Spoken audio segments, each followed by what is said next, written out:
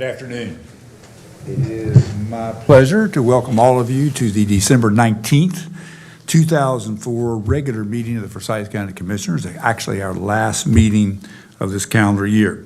We're going to begin our meeting with an invocation by Pastor Frank Robinson from Messiah Community Christian Church, and it's going to be followed by the Pledge of Allegiance led by Commissioner Dan Bessie. I'd like to invite Pastor Robinson to come forward and invite all of you to stand if you are able. Thank you.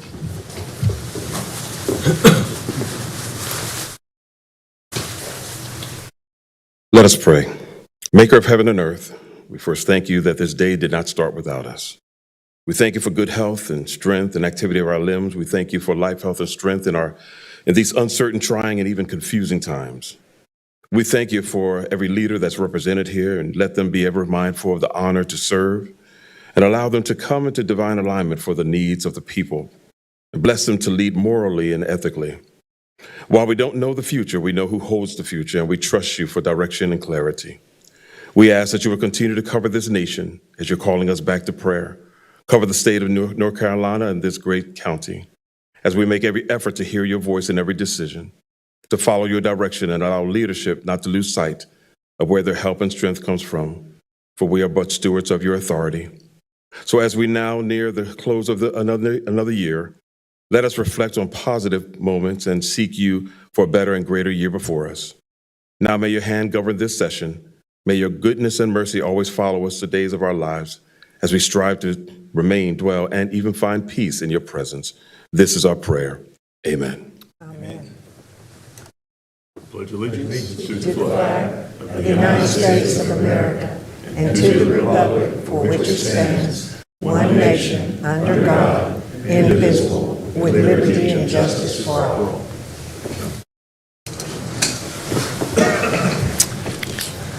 Thank you, Pastor Robinson.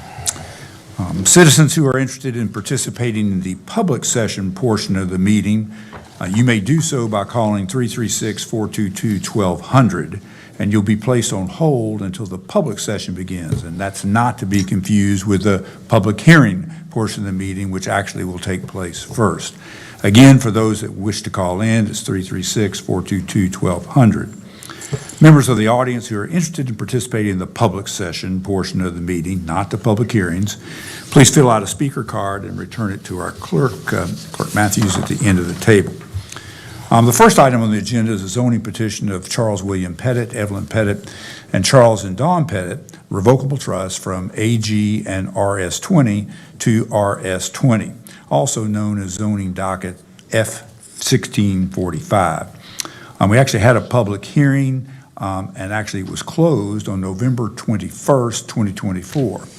And at that time, we did not take action because the commissioners wished to have some additional information, particularly as it related to fire coverage and numbers of homes and neighborhoods, et cetera. Had a lot of questions. I want to thank Chris Murphy, our planning and zoning manager, for providing a lot of that information, and we had our own fire marshal do the same thing.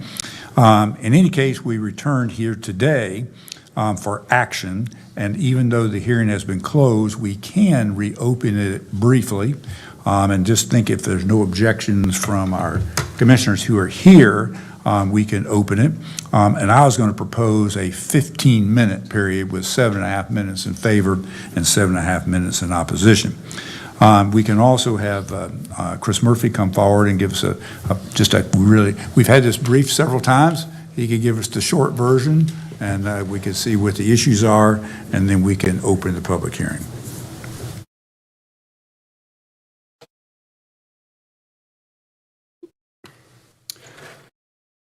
Good afternoon, Chairman, Vice Chair, members of the Board of Commissioners.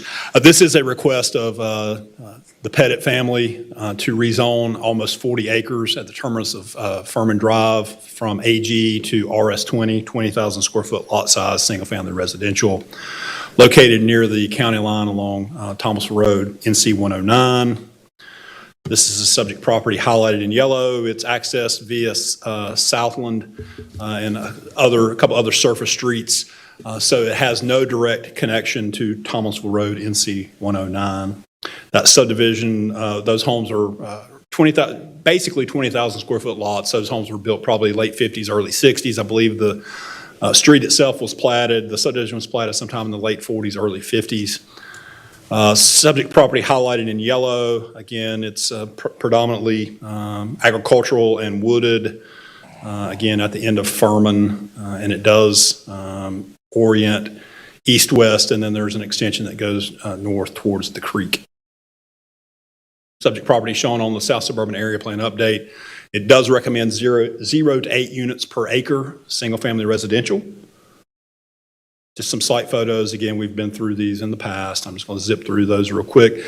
This is the intersection with Southland, which again, keep in mind, Southland is not part of the petition, but there were concerns raised by the neighbors related to traffic volume, turning movements, et cetera, at the intersection of Southland and Thomasville Road, NC 109. This is looking south towards Davidson County line. This is looking north, back up towards Winston. You see Willard Road, the intersection there that comes in at about a 45-degree angle to NC 109. Again, it's a kind of a negative offset intersection at this location, which is not good for left turning movements for vehicles. This is looking at Southland from NC 109. Again, vintage ribbon paved streets, probably 22 feet in width. This is looking at Langdon and Furman. In summary, looking at the overall zoning case, the proposed request is consistent with the recommendations of Legacy 2030 and the South Suburban Area Plan update. The request would allow for needed additional housing at an appropriate location located within GMA 3. It is Seward. This was heard by the Planning Board at their September 12th, 2024 public hearing. There were numerous speakers in opposition, and that opposition was concerned with traffic, both in the neighborhood and along 109, crime, incompatible development, and impact to property values. Following the public hearing, the Planning Board did vote unanimously to recommend approval to this body. As was alluded to by the chair, this hearing was held in November. There were some questions. We did go back and confirm with things, both with NCDOT and County Fire. As proposed, being a general use request, even if this were approved, if this rezoning action were approved and they were to bring through a subdivision, NCDOT could not require any improvements at the intersection of Southland because it's not part of the subject request. If this were to be withdrawn and resubmitted as a special use district request, going through the site plan review and approval process, there are some mechanisms in the ordinance that allow to look at a broader area to determine if there are impacts associated with the development that will cause further problems. That's kind of where we are. To address some of the issues at that intersection, providing some turn lanes, providing some other things that would make that intersection more palatable, the only way to do that is through a special use district rezoning request. So that's kind of the recap. I'm glad to answer any questions if you have any of me. Like I said, I know County Fire is here as well if there are any questions of them. But with that, I'll entertain any questions. Any questions for Chris? Righty, thank you very much. As I indicated earlier, we would reopen the hearing for a shorter time, 7.5 minutes for speakers to speak in favor and 7.5 minutes for those who may wish to speak in opposition. So I have my timer set, and is there anyone wishing to speak in favor of the petition? Just come forward, tell us your name and address, and we have. And if there are others willing to speak in favor, I just want to get our time right. If there are others, you have to share your 7.5 minutes, but I'm not so sure I see anybody else who wants to speak in favor. So we are beginning your 7.5 minutes now. Thank you for the chance to speak in favor. I am Charles Pettit, 4234 Thomasville Road, Winston-Salem. I was motivated to make some changes and improve my property in preparation for this. Actually, when I read the Legacy 2030 report, and it talked about how that the idea would be to make this for up to 8 dwellings per acre. I didn't really have that in mind. I had a retirement community in mind. I'm getting close to retirement age myself, and I thought we would try to create something along that line. I also learned in reading through those things that the county was encouraging new residential development along the major Forsyth County sewer lines, and one of those happens to run across my property. I learned that my property lies parallel to Langdon, and I don't know, is it okay if I go back on the slides here? Sure. Just arrow. probably going the wrong way. There we go. And if you can see the Langdon Drive there, and then you see that Furman curves into my property. And if we do what we want to do, we'd have a road that runs exactly parallel to Langdon. And whoever made the plan originally put Luck Drive to also go into this. So it looked like they had an idea that maybe there should be two roads there parallel because Furman curves and goes right to that parallel spot. And Luck dead ends directly into the property, making it something of a circle. And so when I saw all that and realized that I had county water at the top of my property, county sewer at the bottom of my property, and that the county had made a plan to use this for residential, I decided that I would prepare it. And so I actually had some fun. I bought myself an excavator, a skid steer, and a bulldozer, and I personally buried thousands of stumps, got rid of all the erosion, and prepared this for a community, thinking about primarily an over 55 retirement community. I understand there's a huge need for that. I know you all want probably some more tax revenue and construction, and we have a lot of people moving to Winston-Salem who need housing, but not everyone is focused on the over 55 community. There's a huge shortage in inventory, single level patio homes. So that was the goal. Now I live right in the middle of this, right where that L is, where it says case F1645. That's where I live. I live right in the middle of that spot. Okay, got 5 minutes. And so I thought it would be nice to have people around my own age become my neighbors. So I was going to build a community and have them come in. Now, we believe that this will be a benefit. We hope it will be a benefit to the county because of the needs of the county, but also to the community. I saw on one of those slides that property value was a concern. Our intention is to build houses that will sell for around $450,000. They'll be patio homes designed for a retirement community. I think that's going to improve all of our housing values. My house didn't sell for that much. I don't think any of my neighbors who are here, probably most of their houses aren't at that value. I think this might actually lift our values instead of hurt our values. And we are not asking for a higher density than the 2030 plan. We're not even asking for an equal density. We're asking for much lower. The plan said 8 dwellings per unit.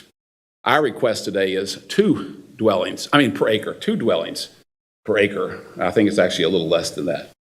Now, the big question that has surfaced, and we've had a lot of conversations about, and I'm sure we're going to hear it a little more today, has been about traffic concerns. And I get it.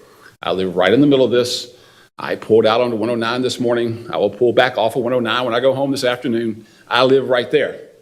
Now, what I have discovered is that there is a rush hour in the morning and a rush hour in the evening.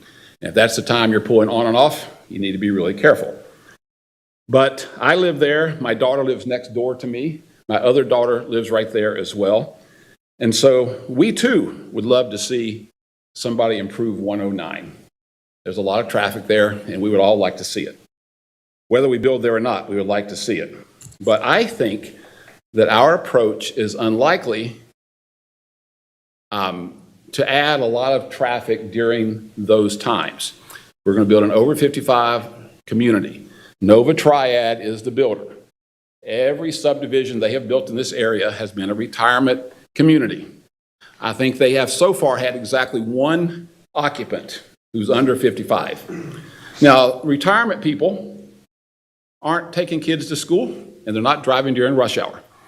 And so I think the impact on the traffic in that intersection will be negligible. So for all those reasons, I ask the commission to consider my petition. Any questions? I may have one. Exactly. If you said you live right on the case F1645 area, or where is your access when you get on 109? How do you get there? My driveway is directly on 109.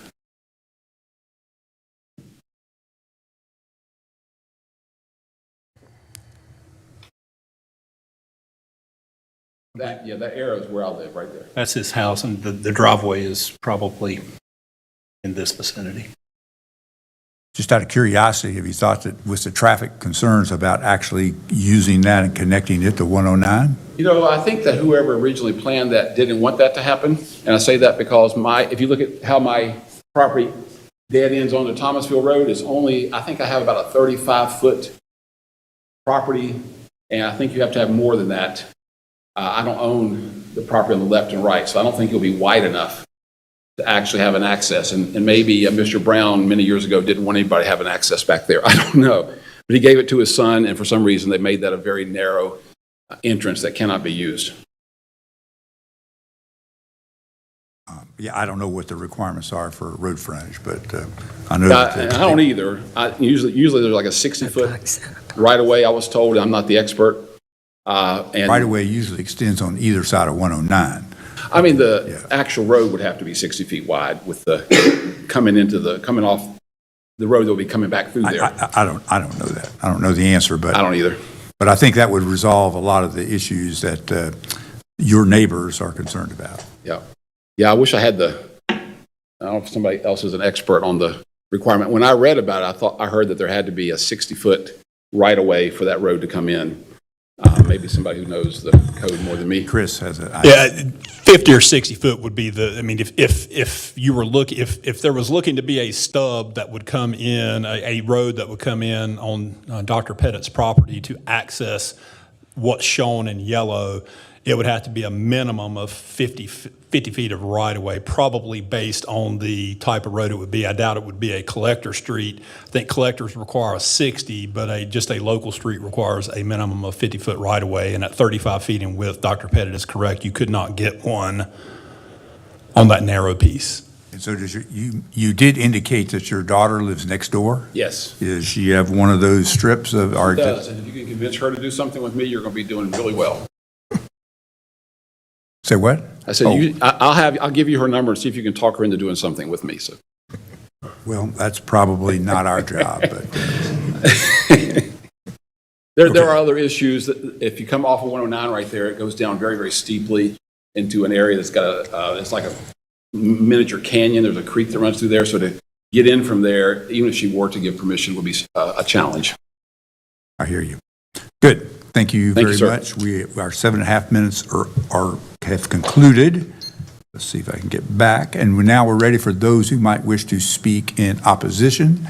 If you do, how many would like to speak, and we can kind of manage our 7.5 minutes. So it looks like we have 4. So you all have got roughly 2 minutes to speak. And let me get my timer set. Whoop, sorry. Messed up. Come on, you can come forward and give us your name and address, and I'll tell you when to start. My name is Linda Waller, and I live at 4152 Langdon Drive. Good. I am agriculture. I have aquaculture license and plan to order more fish I'm teaching fish to the youth come January, and we'll order 500 more. I also have had cattle and goats on my property. I am agriculture. I prefer that not to change. Number 2, I think him and his daughter get along very well because at the last meeting, he said she was going to move into one of those glorified houses he wanted to build, so I think they get along okay, and that is a much better exit. I'm nervous. I'm frustrated.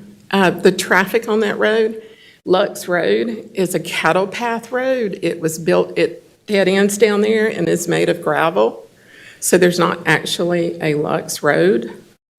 And Southland and Langdon both exit Southland.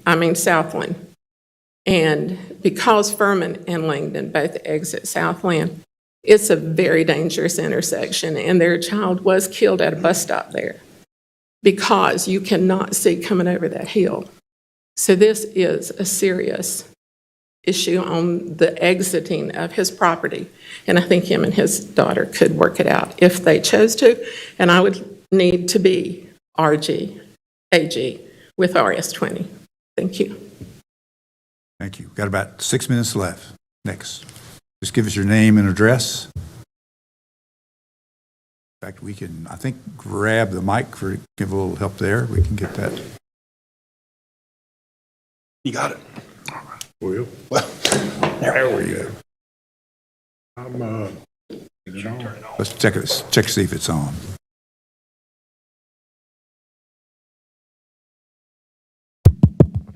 okay. I'm Mark Goff. I live at 4104 Langdon Drive. Well, you can see I'm in a wheelchair. I walk my dog on Langdon. I'm 70 years old. I've almost been hit twice already on that road. People, well, they don't watch, they don't pay attention, I guess, but there was an incident on 109 the 2nd of December, which blocked the whole everything. Blocked Southland, Willard, 109, and that's commonplace. There's been several accidents there. One of the neighbors had gone to pick up a pizza. He came back, was sitting there waiting to turn left onto Southland. And the guy behind him stopped. The guy behind him did not stop.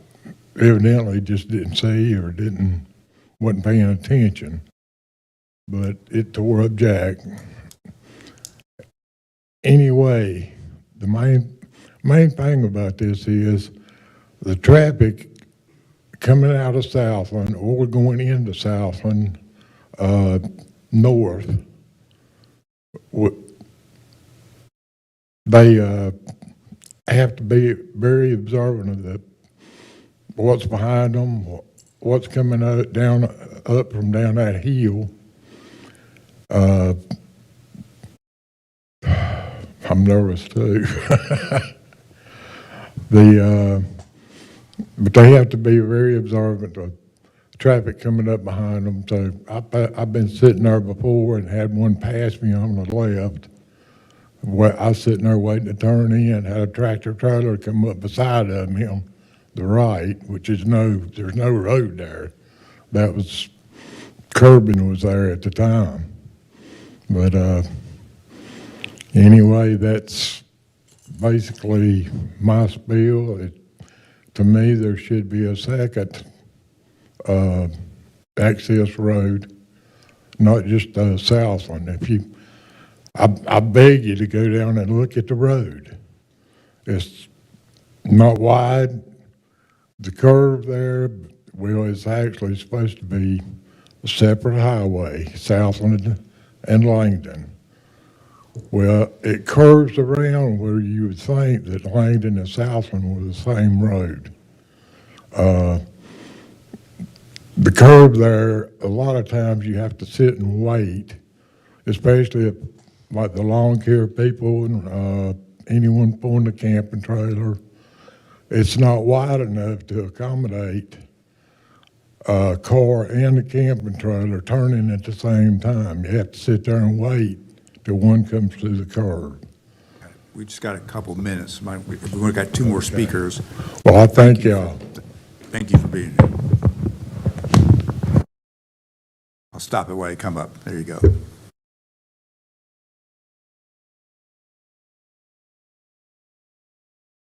Just give us your name and address. I'm Timothy Treadway. I live at 4500 Southland Avenue. And in the slides they were showing of the intersection of Southland and 109, in one of them you could see my driveway, which is very short distance off 109. At times, even with no more people than we have living in the neighborhood now, it's hard for me to get out on Southland. And I can imagine what it's going to be with 79 houses or 78 houses in this new neighborhood. And it's very dangerous. I heard somebody, Mark was talking about the wreck a couple of weeks ago. I've lived there for 44 years, and I've seen all kinds of wrecks. I see people speed every day on that road. You're going to have another way into this neighborhood, not just one. Thank you, sir. Thank you. Got a minute 20 left. That's all I need. Thank you. Give us your name and I address. know, name's Thomas Reed, live at 4064 Thomasville Road. Joining land of this property you see on the west side of it is 112 acres in there. All I have to say after being here in opposition at the planning committee and what Mr. Murphy's presented at that and here also, I appreciate your consideration with the issues the people in the neighborhood have. Appreciate greatly Mr. Pettit and his position. What I'm requesting, rather than talk about traffic and accidents and things that we can't do anything about, especially you as commissioners, I'm asking that you consider in your planning for that area, if you look to the right of that photograph off Willard Road, the development that's there, if you look at below the yellow, south of the yellow, there's a lot of open land in there. You look toward my property on the left, and behind it, there's going to be probably 600 to 700 acres. And Mr. Murphy can probably give me the time frame, because in the planning meeting, he knew better about the years that I said was 5 or 6 years. He knew it was 21 years. But to review, the DOT did something 21 years ago to affect the use of this property for development, whether it was 5 houses per 2 acres or whatever it was. I'm asking you to consider this. The only good thing that I've got going for me is what you just mentioned, and Mr. Murphy mentioned a while ago. The only chance we have for some kind of rebuttal to this, I see in my mind as a 70-year-old that's lived there all my life, and my great-grandfather was a part of the Wachovia tract that was established in this area. So I've been there a while. I didn't come when Mr. Pettit did a few years ago and developed this, and I don't really care about my son developing our farmland. But my grandson probably will. He'll have that opportunity. We've got an outlet as a person that lives there, and I know my time's getting over with. Special use would get us to the point on this property and the others around there that could possibly change the direction of 109 and the encouragement of spending a little bit of money for turn lanes, possibilities. You're seeing not just this 78 houses. You've got a growing area that's going to be full of 1,000 to 1,500 houses. Thank you. All right, any further questions of Mr. Murphy or anybody else? Chris? All righty, do we have a motion? Yes, sir. All righty. Certainly, there was discussion of the option for this to be withdrawn and replaced with a special use request. Mr. Pettit elected not to do that, which is his right, and has asked for this to stand and fall on its own. At this point, I move that zoning map amendment F 1645 be denied on the basis of the following.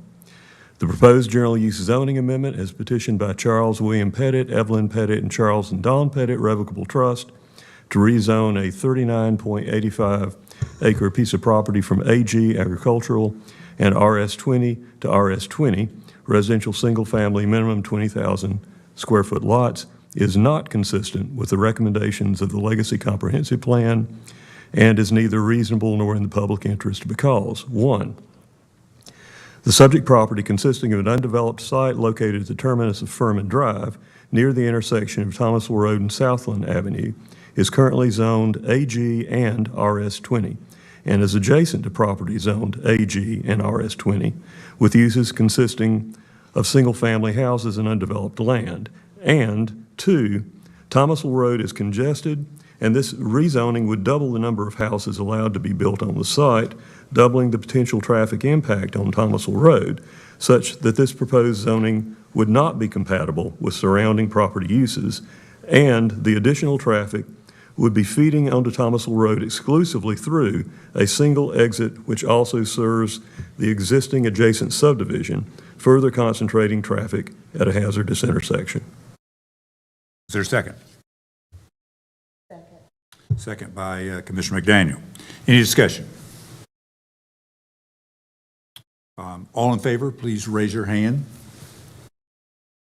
Motion carries unanimously to deny the petition F-1645.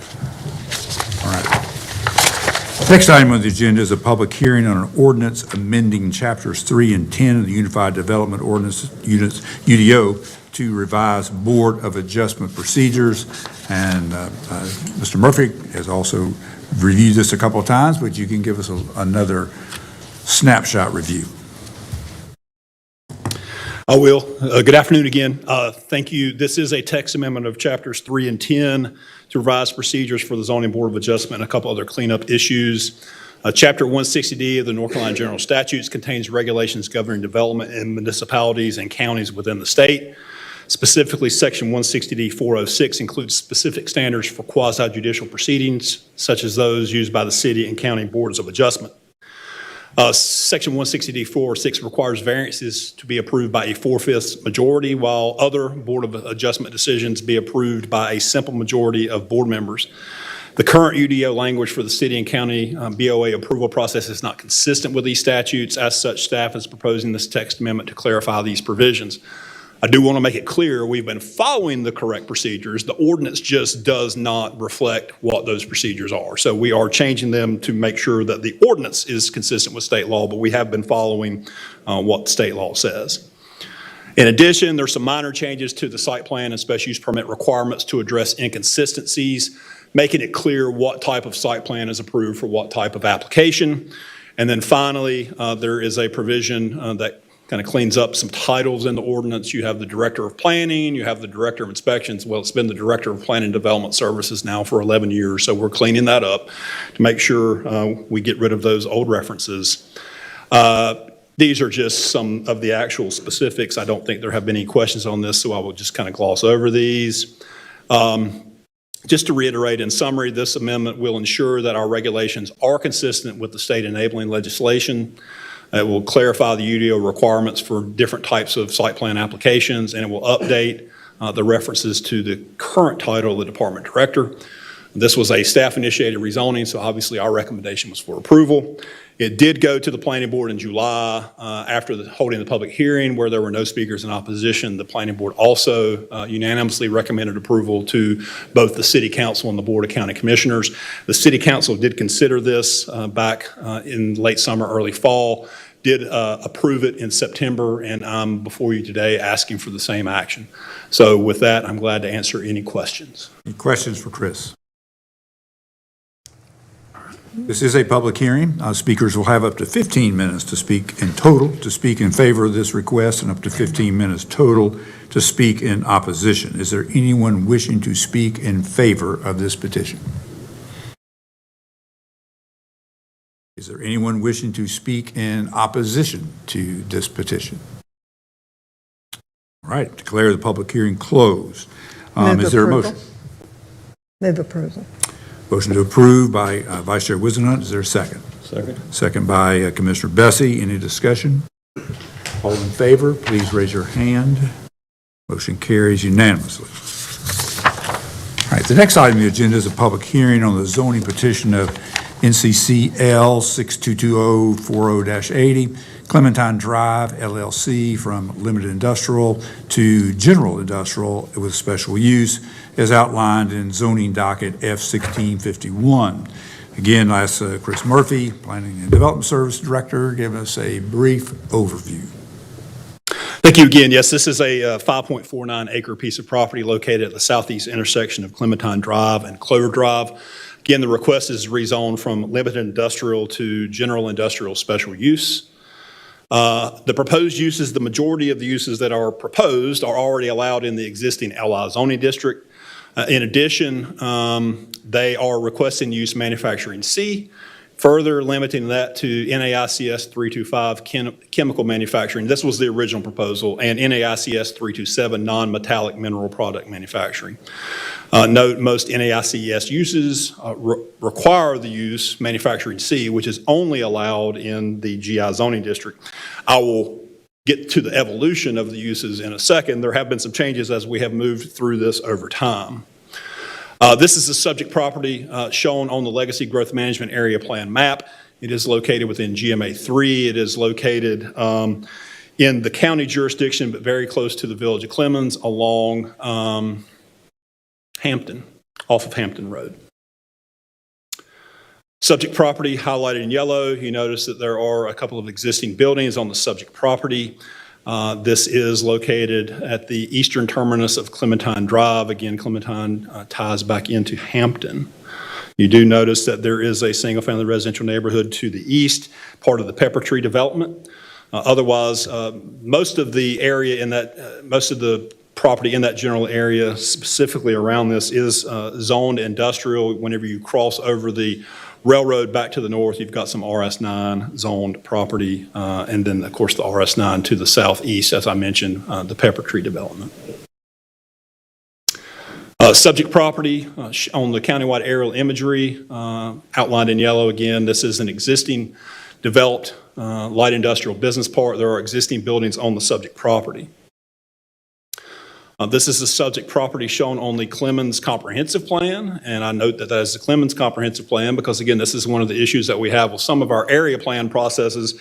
In the past, a decision was made where we do not have partial specific recommendations for some of the unincorporated areas surrounding some of our smaller towns. Moving forward, we are going to rectify that with our next set of area plans. Anything that is located within the county will have partial specific recommendations, and we'll have a plan that has come to this entity. But at this point, we're operating under the Clemens Comprehensive Plan. Again, calling balls and strikes. It does recommend industrial here, but it doesn't specify light versus heavy, et cetera. This is some of the existing site photos. You do see the zoning sign there in this image. These are the two existing buildings. This is looking southwest along Clementine Drive back towards Hampton.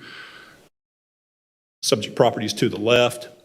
This is looking at one of the buildings on the subject property, and this notes where the accessory container unit would have been placed. There has been a change to the site plan since that time, but these are the existing loading docks into this existing building.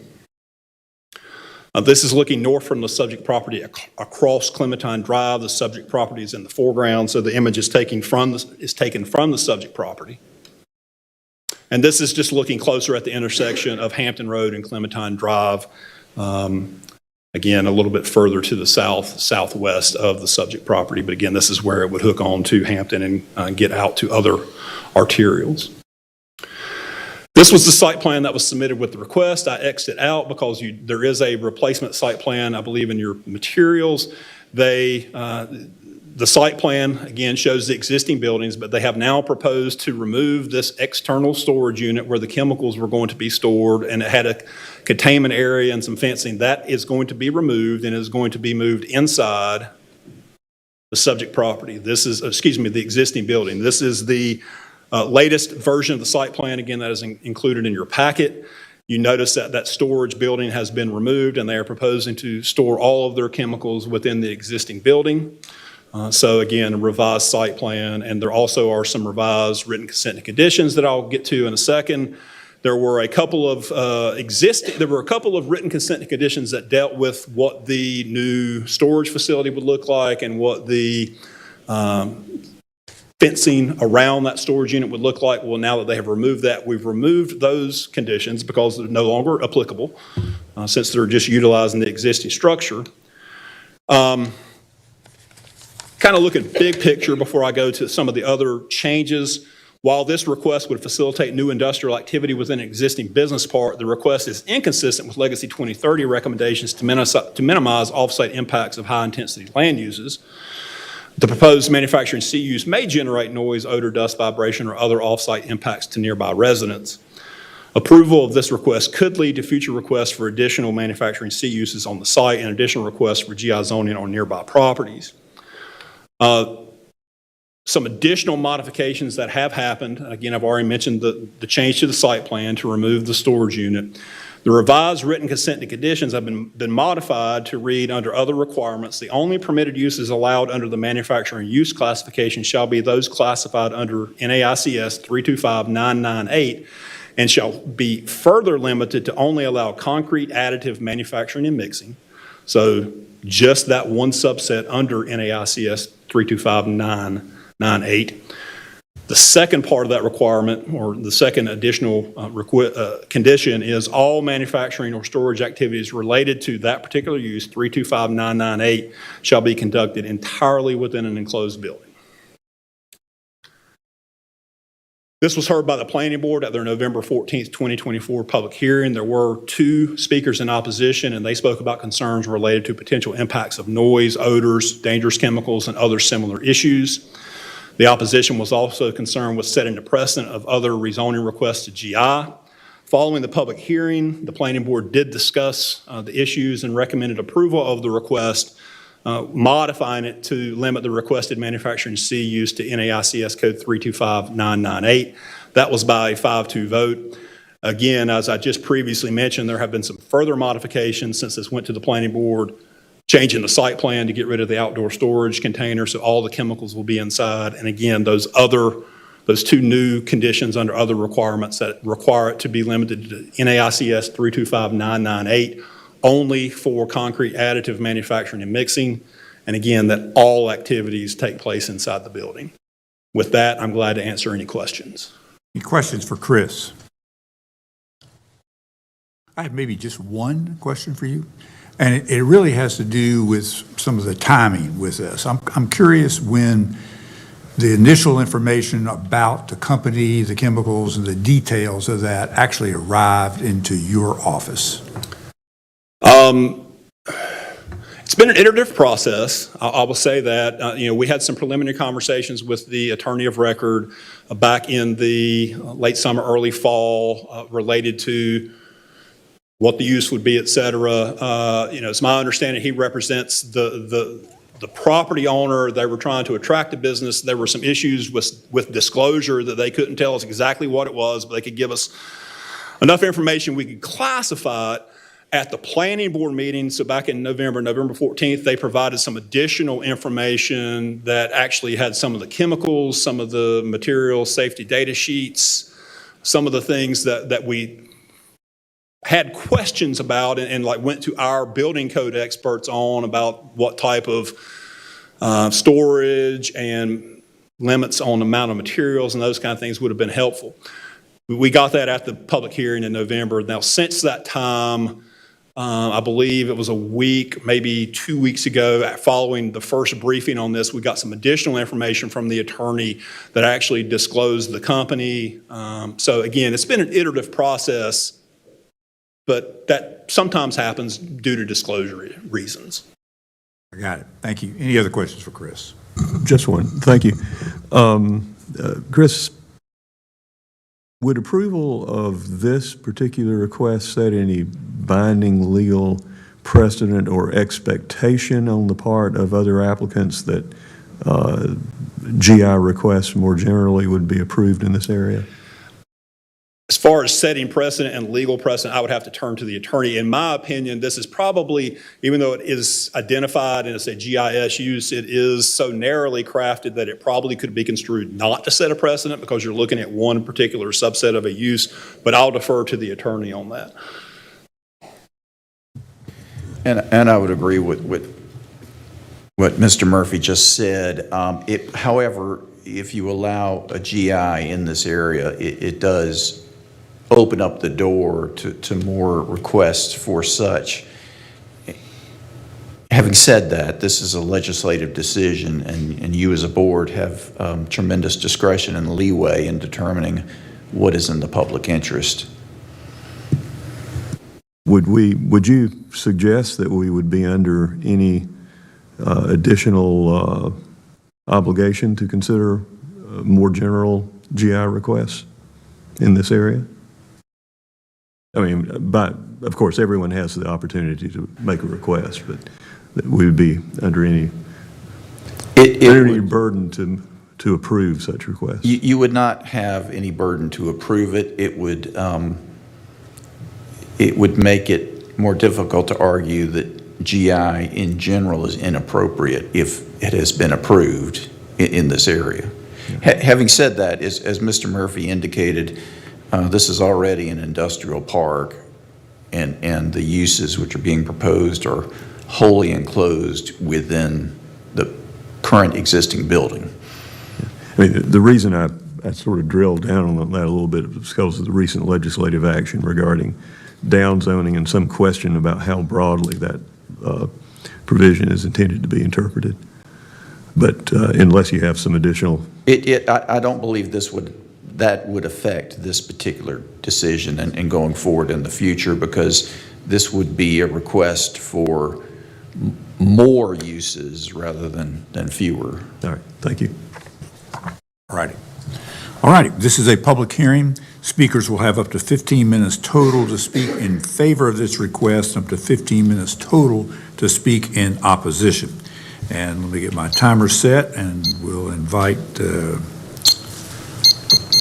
folks up. If you just give us your name and address, we are ready to begin. Thank you, commission members, commissioners. My name's Marsh Prouse. I'm the attorney who represents the property owner applicant.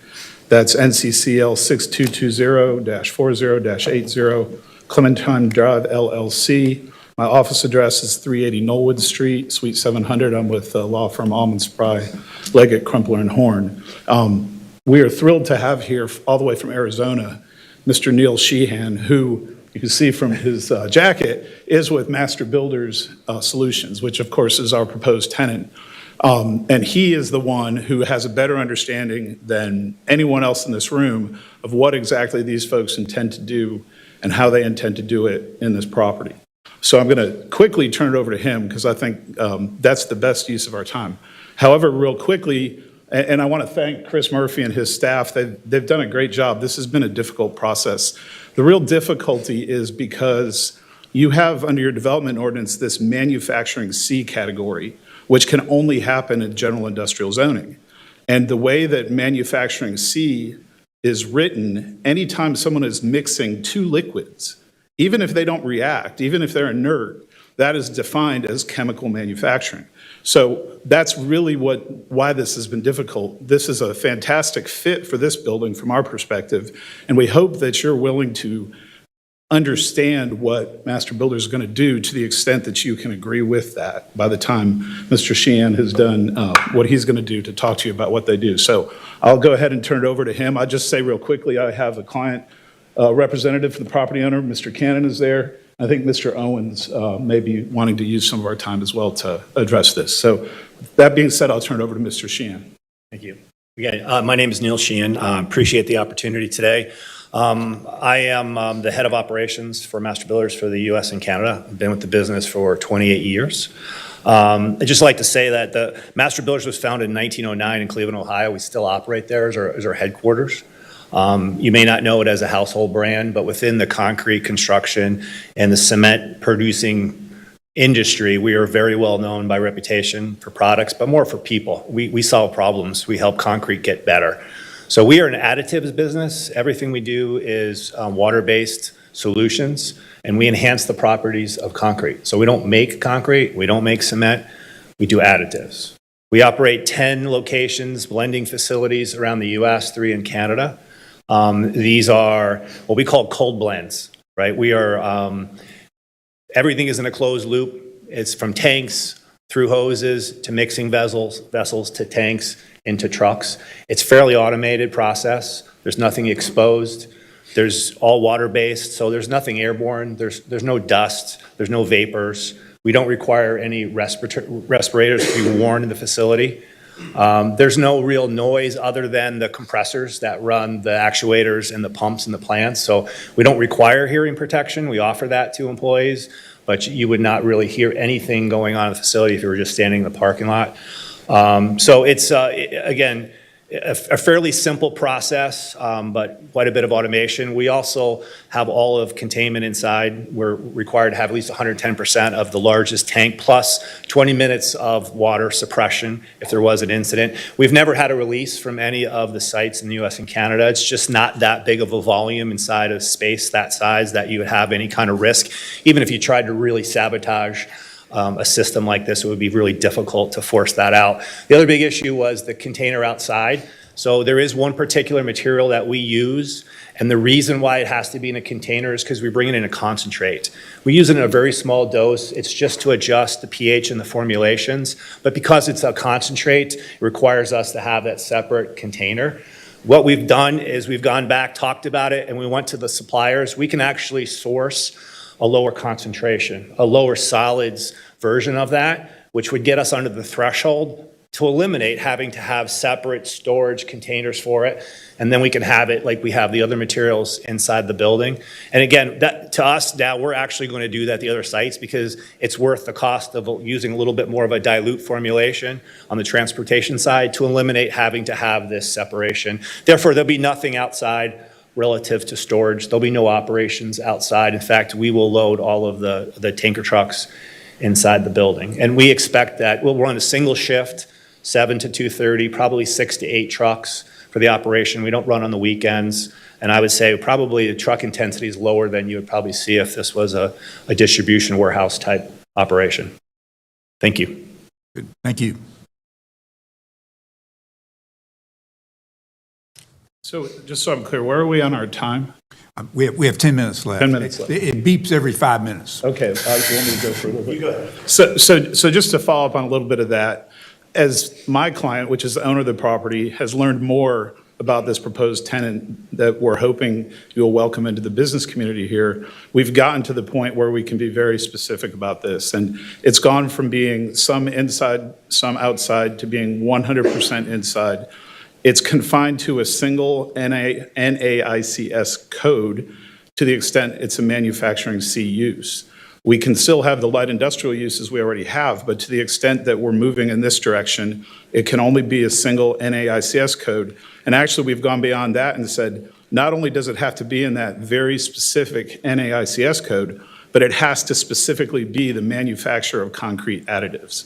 So additive by definition gives you some idea. These are relatively low volume finished products, and therefore the raw materials are relatively low volume. The information that has been provided to you has a list of all of the substances they've used or that they plan to use, as well as the average quantity, and you can see the quantities are low.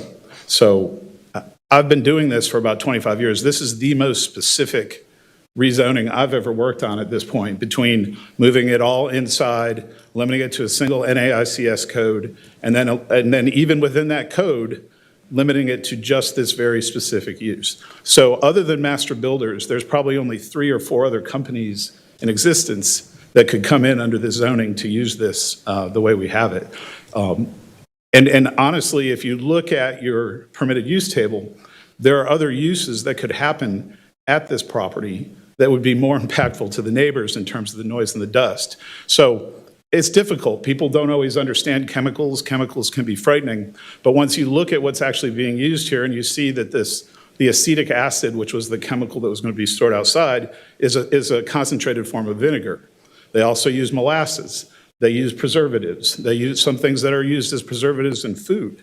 So we're hoping that this future corporate citizen of Forsyth County doesn't have to go somewhere else because of the way the development ordinance here is written.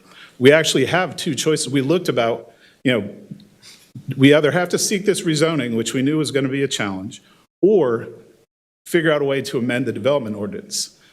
Given the commercial realities of leasing this property, we didn't have time to try to get a text amendment to the development ordinance. So that's why we're in the position we're in now. I appreciate the extent to which each one of you is willing to take a real close look at this, because when you really understand it, it's a good fit for this building and for the neighbors. And with that, I'd like to turn it over to Mr. Owens. Thank you, Marsh. Mark Owens, Greater Winston-Salem, 525 Vine Street. Mr. Chair, Madam Vice Chair, Madam Manager, Commissioners, I just really wanted to join the conversation to echo what was said. But we work with a lot of companies that are looking to Forsyth County, and I can't say that we've worked with a company that has been so interested in doing the right thing. They're aware of what the future uses of a building could be if they leave 20, 30 years from now and how zoning affects that. And their willingness to really drill down, change the plans of their project, as well as drill down to add just that, the additive language was really something that I haven't seen before from companies that are saying, we want to be the good neighbor and make sure we're in the spirit of the zoning to do what we're doing, but also to protect that use going forward. I also want to just thank our planning director for his willingness to think about ideas and how to do this. And Commissioner Bessie, to your point on looking ahead, we have so many, there are not many available GI buildings, and we don't want it to be GI as it's stated in that full space. And drilling down also takes off the table the other uses in that NAICS code that had matches and pyrotechnics and things. So it takes that concern of combustible materials away. So I just wanted to speak in support, because this company has said, we hear those concerns. We want to be a good neighbor, and we want to be in an industrial park that is surrounded by other industrial buildings to be able to help make sure that they're facilitating their best use of their product. So thank you for your time. Thank you. Thank you, Mark. I'm not sure, what am I down to now, about 5 minutes? We have 5 minutes. Yes, I don't really have anything more to say. If there are questions, I'll be glad to take those. Otherwise, I think we've said what we need to say. I have 2 questions. Yes, sir. One actually deals with the original, the original request that had this, that at the list of chemicals, it was a 60% concentration, as I recall, of the acetic acid. And I'm hearing that moving inside, that's going to be at a lower concentration level? Yeah, that's correct. I don't, Neil, if you want. Do you recall the percentage?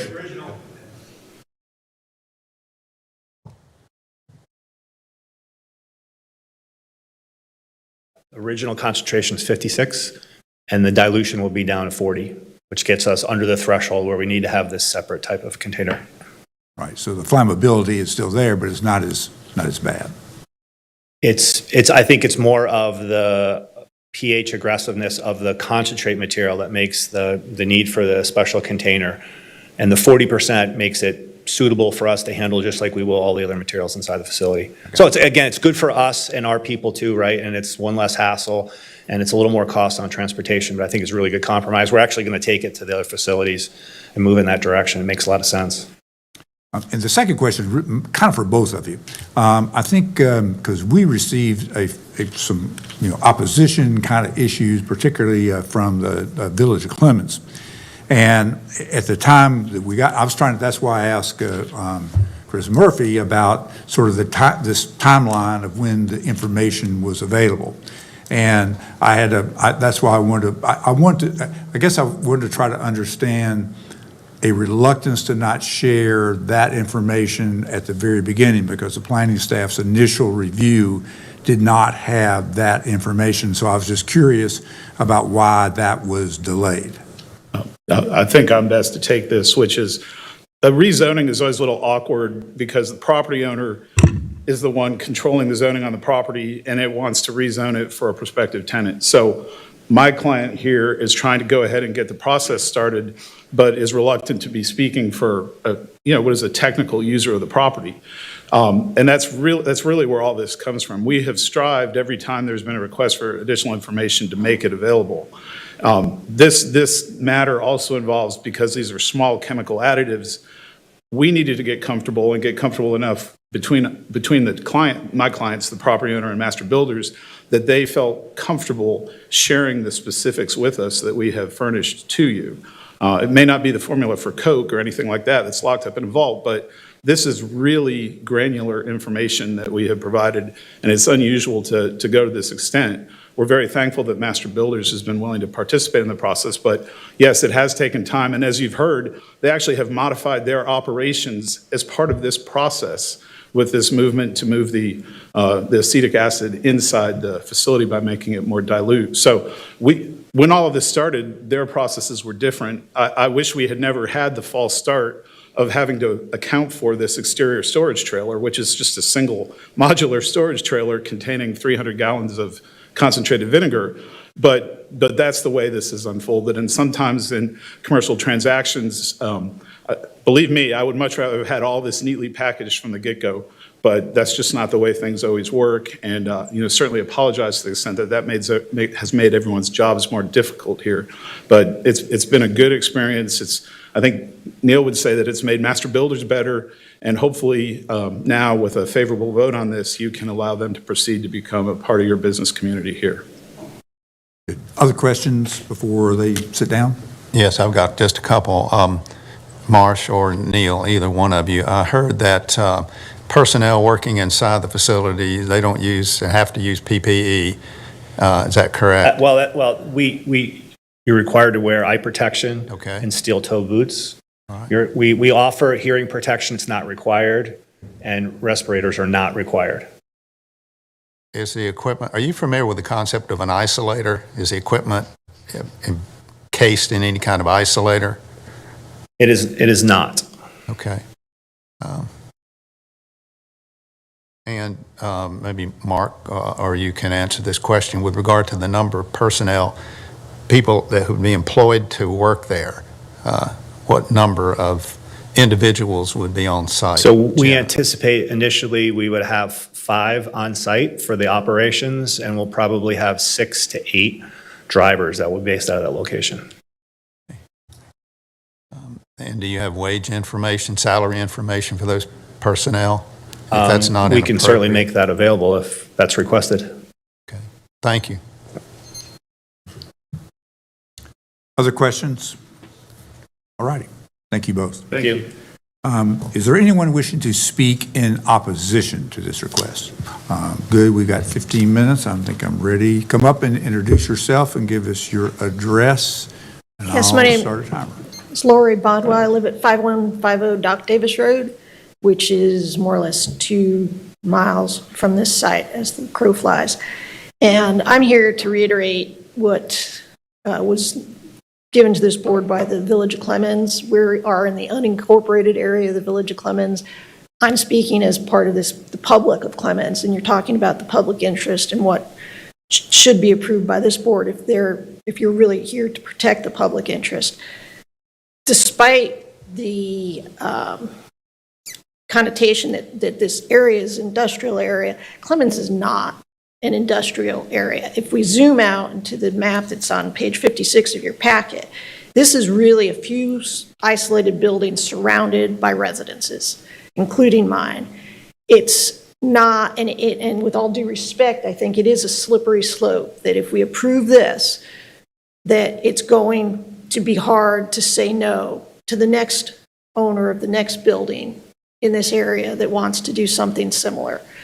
Well, it's only going to be one isolated part, manufacturing.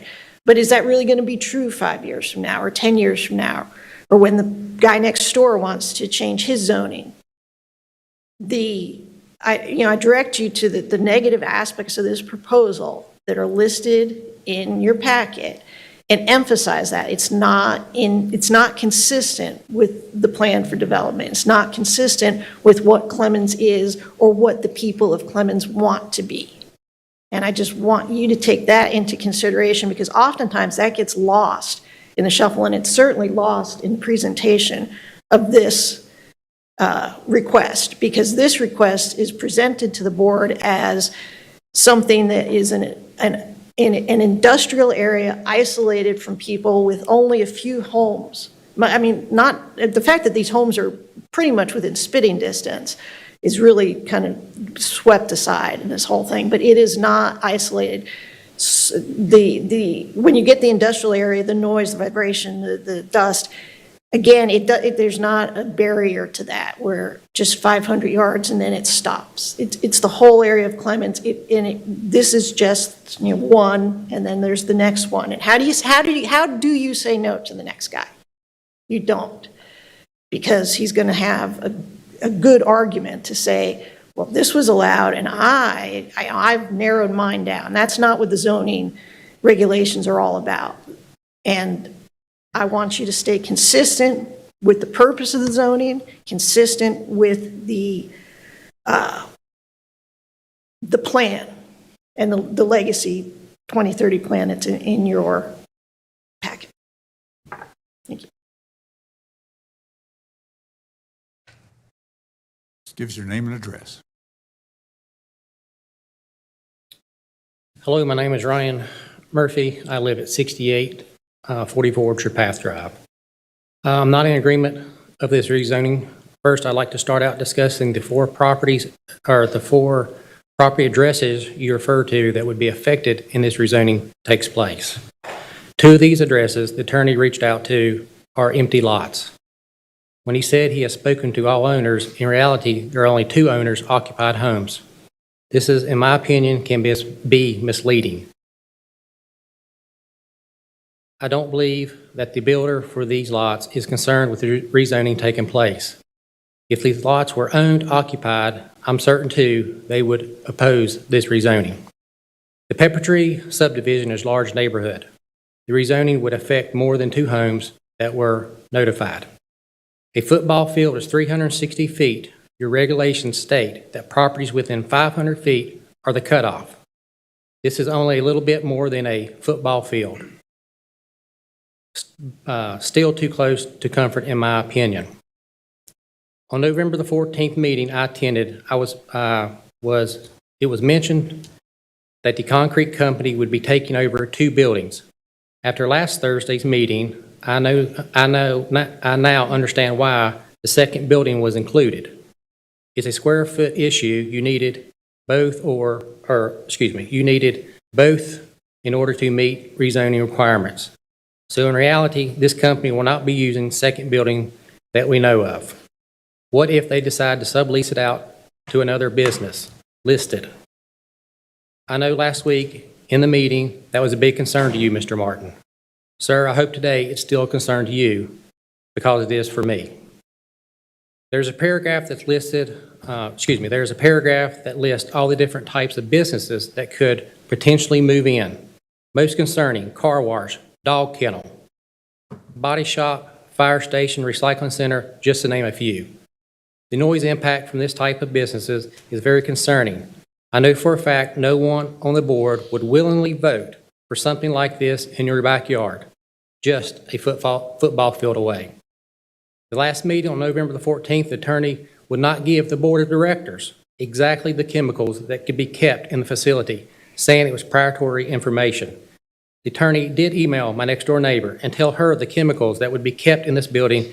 They are alarming and should be alarming to everyone on this board.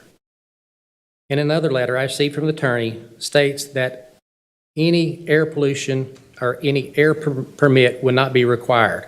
Can someone explain to me how these employees work in a closed building with illicit chemicals without ventilation or protective equipment?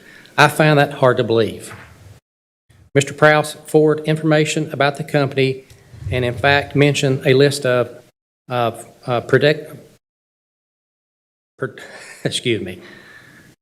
equipment that could be requested. Why is that information coming out by trickle effects? I believe it's because they know what is coming our way and it's not good. You can tell by my accent, I'm an old country boy. I was raised to know the difference between right and wrong and having integrity. I ask the board today to put yourself in my shoes and my fellow neighbors. Would you want this in your backyard?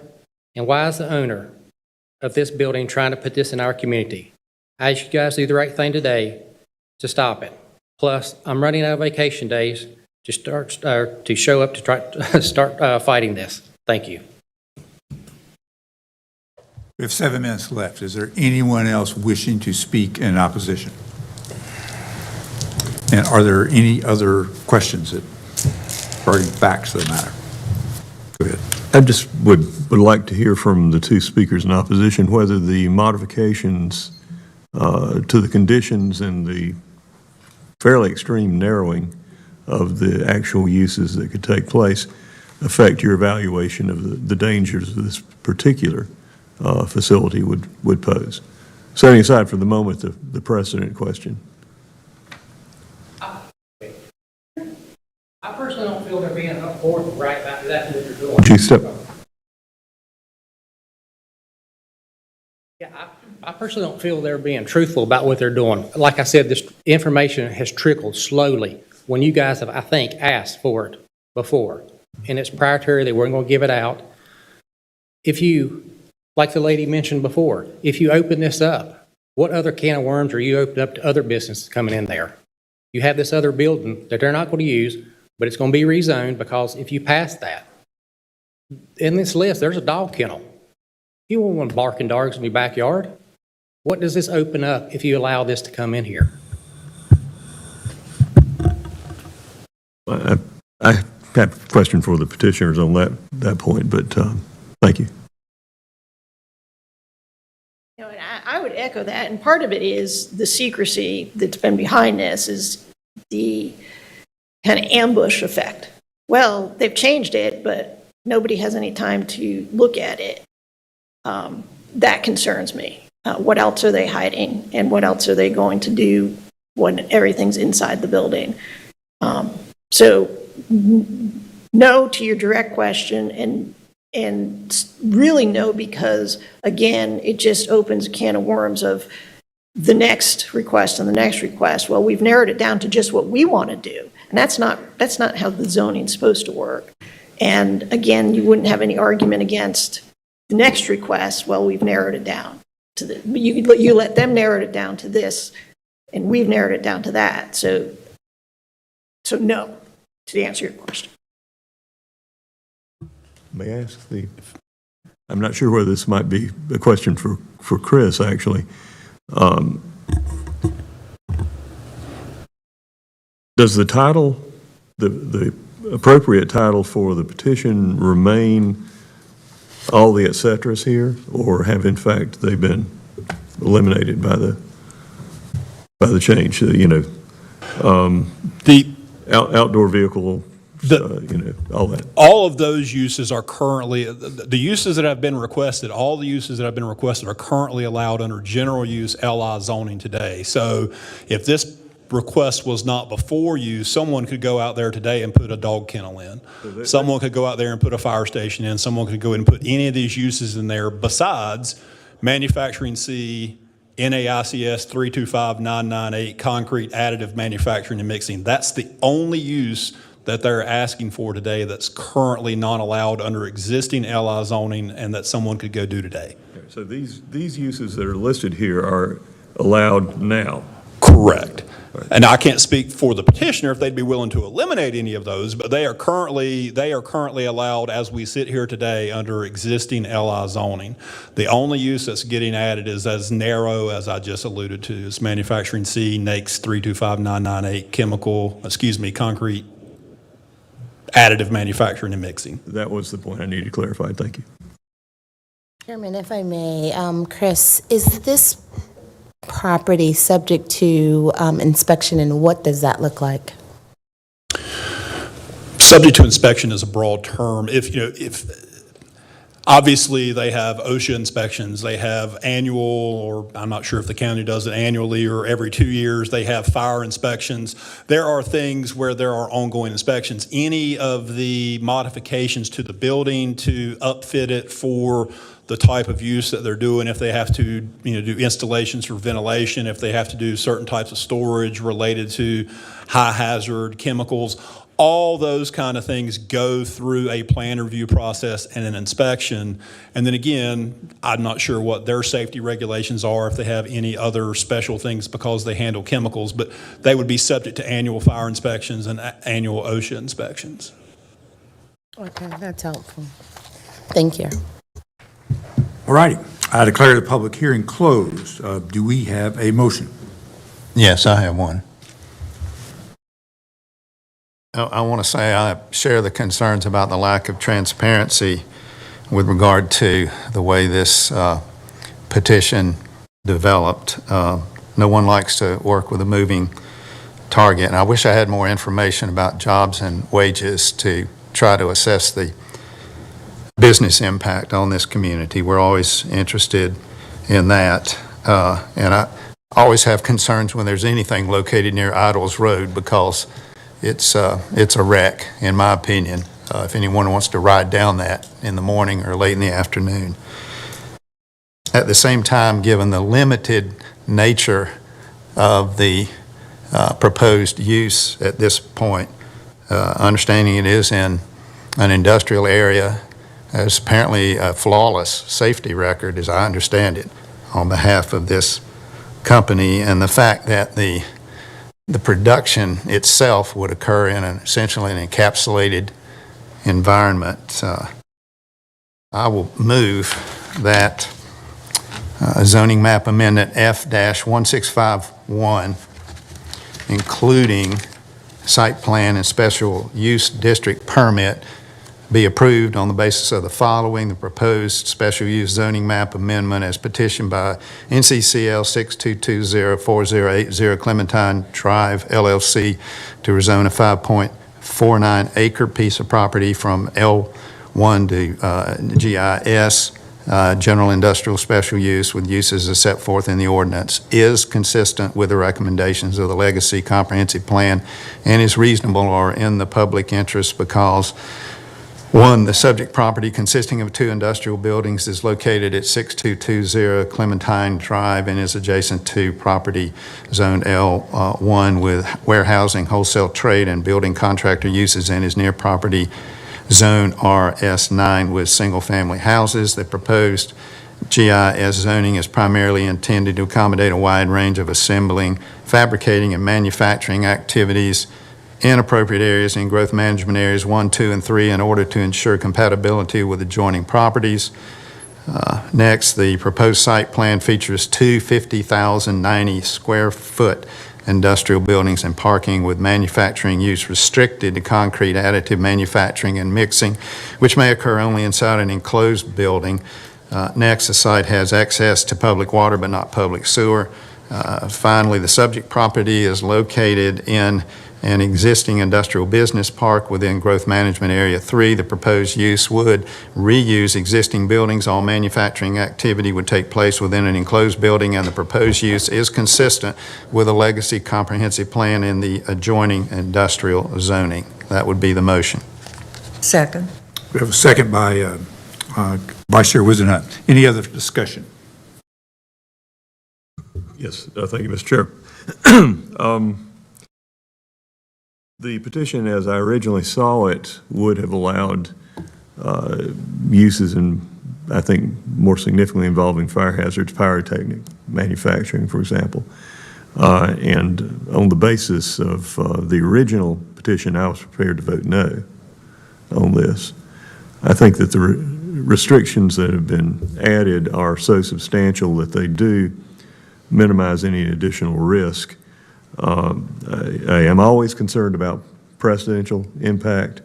One of the reasons why I hammered on that in the questions and discussion was I want anyone who comes in with a GI rezoning request for this area to have to deal with the fact that everyone has assured me, no, we are not going to treat this as a precedent for broader GI uses in this area.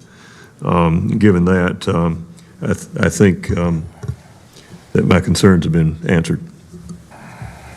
Mr. Chairman, I just want to make a observation. I don't like to be critical about anything, and Mark, this is for you and the petitioners too, but as from time to time this kind of thing happens, that something will come along and all of the information that could be given is not always given. And I would ask in the future that anything that's coming along and somebody hesitates to give all of the information that the board might need to make a decision is do whatever you can to get them to do that, rather than this, like this one has progressed. It's just not the best way to do anything. And as Mr. Wilson brings up about transparency, when somebody don't want to give you all information that is needed to make a decision, then that automatically makes you begin to wonder. Any other comments? All in favor, please raise your hand. Motion carries unanimously. The next item on the agenda is approval of minutes for the meetings of December 2nd and 5th, 2024. Do I have a motion? So moved. So moved by Commissioner Bessie. Second by Commissioner McDaniel. Any discussion? All in favor, please raise your hand. Motion carries unanimously. Mr. Chairman, can you go back to number 4? Did I miss something? Legislative goals. I apologize. I skipped right over that. Yes, item 4 is the resolution approving the legislative goals and submission of such goals to the North Carolina General Assembly. And I would like to invite our attorney to actually just review those goals. I want to commend him for sending out a survey to all of us to sort of help prioritize, and we actually sort of ranked them. And there were a number of issues. My memory is about 7 or 8, and he's going to share the results of that, of what the top 3 were. Thank you, Mr. Chairman, members of the board. As you're correct, there were 8 possible projects, all of which were certainly worthy. And I met with you all individually and polled you about these and came to a pretty strong consensus about what the top 3 are. And these are the capital projects, which are on the first page attached to the resolution. The first one is Ballew's Lake Park Phase 2. As you know, in the very near future, we'll have a ribbon cutting and be opening Ballew's Lake Park, which is really going to be a beautiful park, wooded property with walking trails, picnic shelter, fishing pier, things like that. And this Phase 2 would allow us to add on to that, to add more trails, playground. It has received good funding from the state in the past because it's right at the corner of Forsyth, Rockingham, Guilford, and Stokes County, so it does have a good regional impact there. That was the first one. The request would be $3 million. As Commissioner Wisenhunt pointed out, and some other of you have pointed out, there may not be a lot of money available in this cycle, even though it is a long session. Obviously, there's going to be quite a bit of focus on the western part of the state and their recovery. And I apologize, I skipped right over the first one. The first one was actually Cure Violence program, and that is a violence interruption program that has been very effective, and we are measuring the effects of that, and so the request for that is $1.5 million. So that was the top vote getter. That edged out Ballew's Lake was the second, and the third one was at the airport, the MRO hangar improvement there, and that's we have North State has been out there for many years, and so that would help to renovate that project there, and that request would be for $3.5 million. So those are the 3. So again, it's Cure Violence, Ballew's Lake Phase 2, and the airport MRO hangar. There are also several legislative fixes that have been attached to that, and this will be expanded upon as we get together and new things come from the General Assembly. But the 3 we have listed are the billable codes for our paramedicine. Our folks do a really good job of responding to overdoses and other things, but we have not been able to bill that out like we would like to, to get reimbursement for that. And so that is something that we would like to be corrected. The next one is a little complicated, but basically it would ease the ability of providers to handle on a short-term basis hard to place foster care children. As you know, occasionally they end up in our building, and that's certainly not a place where we want them to be. And the last one is a very peculiar situation about adoption, which it's unclear about whether non-blood related adopted siblings can be married. So that's something that came from the Register of Deeds on that one. And there will be some others, but what our lobbyist told us is that she's most interested in our top 3 capital projects. So those are the ones that you all have selected. I'm happy to answer any questions. Any questions for Gordon? Thank you very much. All righty, do I have a motion? I move to approve. Motion by Commissioner McDaniel, is there a second? Second. Second by Vice Chair Wisenhunt. Any further discussion?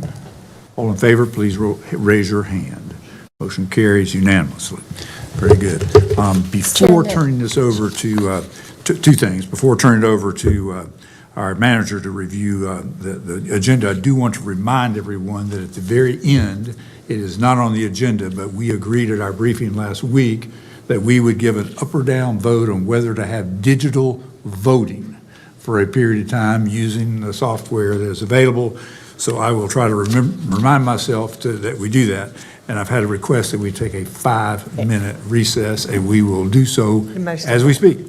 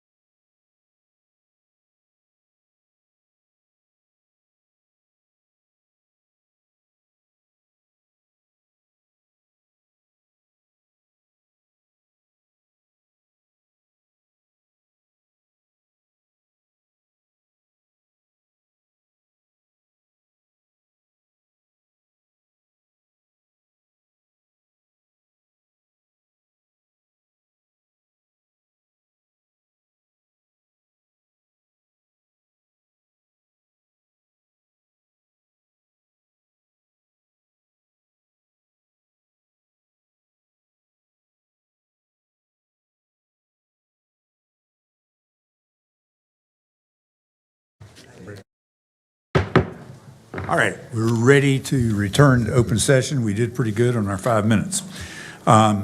And I would like to now turn the meeting over. Actually, it's time for public session, and I realize I had missed that. And if there was anyone that's been in the audience waiting or on the phone, I do apologize. But do we have any cards, speaker cards, or do we have any phone calls? Mr. Chairman, we do not have any cards or callers. That's good. So no one hung up on us or anything. They just were not here today. Good. I should have done that. All righty. We're ready now to turn the meeting over to our county manager. Great. Thank you, Mr. Chairman, and good afternoon, Commissioners, staff, and guests. The agenda items before you have been briefed and hopefully questions answered. Agenda item number 7 is an amendment to the 2022 Blues Lake Park Capital Projects Ordinance to appropriate $137,754.02 in interest earnings related to funding received from the State Capital Infrastructure Fund. This item is necessary to appropriate in order to account for them in financial reporting back to the state. Move approval. Second. Motion approved by Vice Chair Wizenhut, second by Commissioner Bessie. Any discussion? All in favor, please raise your hand. Motion carries unanimously. Agenda item number 8 is an amendment to the fiscal year 25 budget ordinance to appropriate $1 million from reserve fund balance for economic development projects previously approved by the Forsyth County Board of Commissioners. The list of projects was emailed to the board. Is there a motion? Motion approved by Commissioner McDaniel. Second. Second by Commissioner Bessie. Any discussion? All in favor, please raise your hand.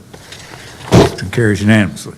Agenda item number 9 has 3 parts. Part 8 is an amendment to the fiscal year 25 budget ordinance to appropriate $2,862,325.75 of fund balance to cover prior year encumbrances for fiscal year 24.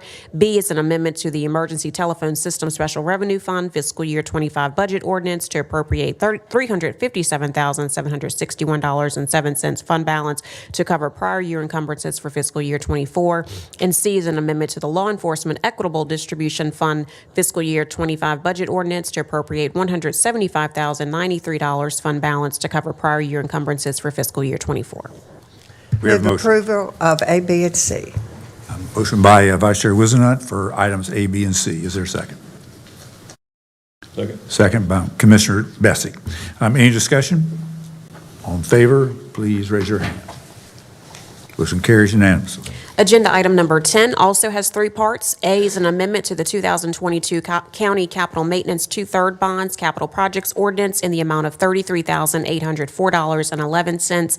B is an amendment to the 2022 Winston-Salem Forsyth County Schools Capital Maintenance Two-Third Bonds Capital Projects Ordinance in the amount of $193,697.57. And C is an amendment to the 2022 Forsyth Technical Community College Capital Maintenance Two-Third Bonds Capital Projects Ordinance in the amount of $19,437.36. This agenda item appropriates bond premium to cover the reported debt issuance cost. I move to approve. Motion approved by Commissioner McDaniel. I'm happy to second that. Any discussion? All in favor, please raise your hand. Motion carries unanimously. Agenda item number 11 is an amendment to the 2023 Housing Grants Projects Ordinance. This increases the budget by $108,000, and the list of homes served with the funds were emailed to all of you. Motion approved by Commissioner Bessie. Second by Commissioner McDaniel. Any discussion? All in favor, please raise your hand. Motion carries unanimously. Agenda item number 12 is an amendment to the 2021 Justice Assistance Grant Projects Ordinance in the amount of $7,070.63. Move to approve. Motion approved by Commissioner McDaniel. Is there a second? Second by Commissioner Wilson. Any discussion? All in favor, please raise your hand. Motion carries unanimously.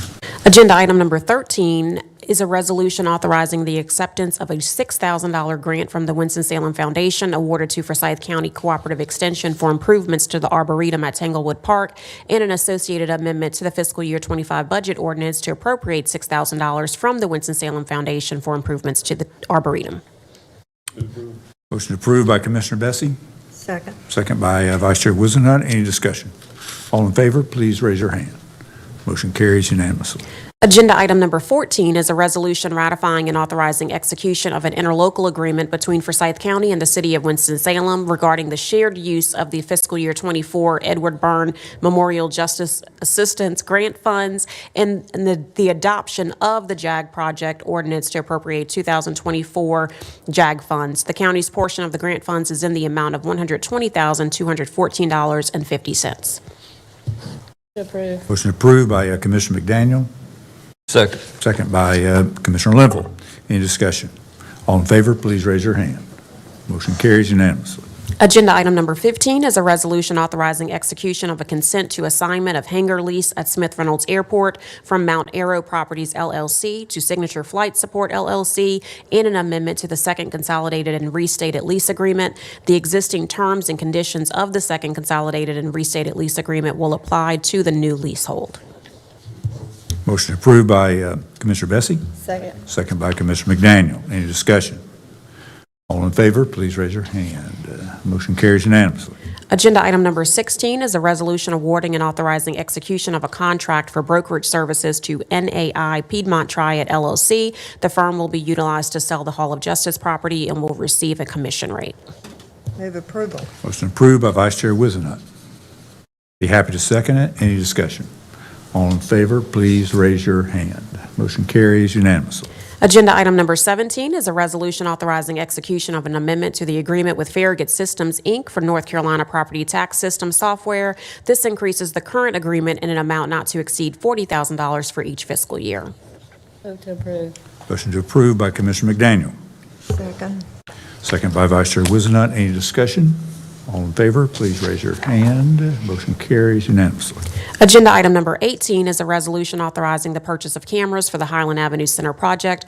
This authorizes a purchase order from Carasoft Technology Corporation in an amount not to exceed $131,649.77. Move to approve. Motion approved by Commissioner McDaniel. Second by Commissioner Bessie. Any discussion? All in favor, please raise your hand. Motion carries unanimously. Agenda item number 19 is a resolution authorizing execution of an amendment to the guaranteed maximum price agreement with Frank L. Bloom Construction Company for the Highland Avenue Park project.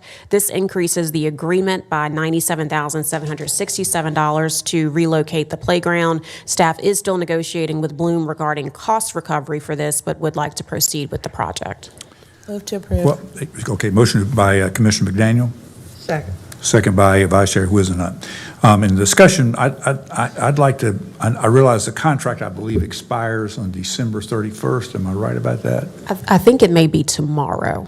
Maybe tomorrow. I would like, I think there's some issues that I believe Frank L. Bloom has some responsibility. There needs to be some negotiation on that. I'd be happy to extend that contract, for a month, and would like to request Commissioner McDaniel if you might want to amend your motion to just extend the contract for 1 month while we get that resolved in terms of what happens. And I'll make that motion, please. The amendment. you willing to For second 1 that month. also? Absolutely. All right, very good. Everybody understand what we're voting on? We're good? Yes. No more questions. All righty, motion to, please vote. Please raise your hand. Motion carries unanimously. Agenda item number 20 is a resolution authorizing execution of amendments to agreements for transportation assistance for elderly and disabled residents. This reallocates a total of $68,575 to existing programs. Move to approve. Second. Motion approved by Commissioner McDaniel, second by Commissioner Linville. Any discussion? All in favor, please raise your hand. Motion carries unanimously. Agenda item number 21 is a resolution authorizing execution of a lease agreement with Youth Haven Services LLC for lease of county-owned real property located at 5560 Sturma Park Circle. The proposed rent is $28,968 per year, which is expected to reimburse the county for operating expenses. Motion approved by Commissioner Bessie. Be happy to second that. Any discussion? All in favor, please raise your hand. Motion carries unanimously. And I will turn the meeting over to Vice Chair Wizenhut for the appointments. Thank you. First of all, I want to say thank you to Rosalind and Ashley for simplifying this process, and I think you all will find it much easier. The following applicants can be appointed by acclamation: Adult Care Home Community Advisory Committee, Amy Vernon and Diane Williams; Commission on Ending Homelessness, Winston-Salem, Forsyth County, Kirby Robinson; Community Appearance Commission, Winston-Salem, Forsyth County, Brianna Goody Ayers; Forsyth County Historic Commission, John Hanna; Forsyth Memorial Hospital Triad Region Board of Trustees, Todd Hall, Robert Landry, and Kristen Sims; Industrial Facilities and Pollution Control Financing Authority, Goody Ayers; Nursing Home Community Advisory Committee, Forsyth County, Philip Carter; Novant Health Incorporated Board of Trustees, Charles Hooser; Public Art Commission, City County, Stephanie Brown; Teresa Savati, and Savaro Rudy Shepherd. And these can be appointed by acclamation. All in favor, please raise your hand. Motion Okay, I'm carries. sorry, wait a minute, I missed two. Smith Reynolds Airport Board, Gail Anderson, Joshua Burcham, Samantha Jeffries, and Tom McKim, Basil Halap, and Alan Baker. And Tourism Development Authority, Forsyth County, Terry Goodman. So I add those to the list. Motion by acclamation. Right. All in favor, please raise your hand. Motion carries unanimously. The following appointments will require a vote. Forsyth County Home and Community Care Block Grant Advisory Council, 2 appointments, 2-year terms expiring December 2026. Is 2 open capacities: Nancy Coleman, Vera Guthries, Vanessa Kaiser, and Ramin Powell, and you may vote for 2.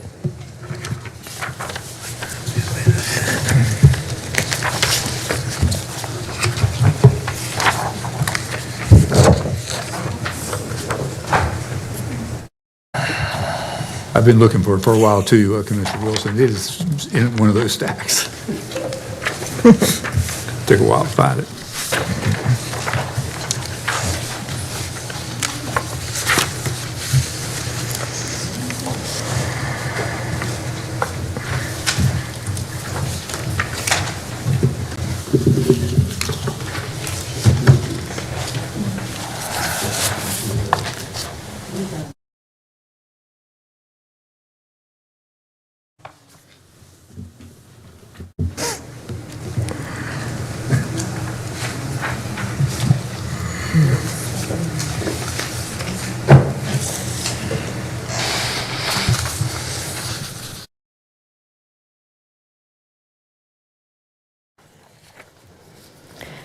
Mr. Chairman and Vice Chair, Nancy Copeland and Vera Guthrie received majority votes. All righty, thank you. Thank you. The following boards have remaining vacancies or did not receive applications. Madam Clerk, please continue remaining appointments to a future meeting.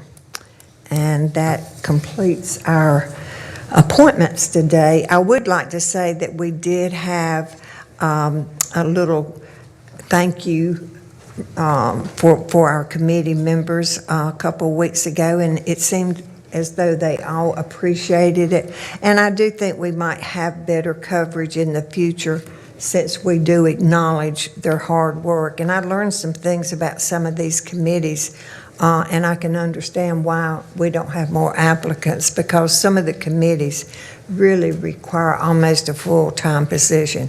But anyway, Merry Christmas again, and we appreciate the ones who are serving our committees. Thank you. Thank you, Madam Vice Chair. I do want to go back to number 22. 22 is a resolution approving the 2025 Commissioners Committee Appointment Summary.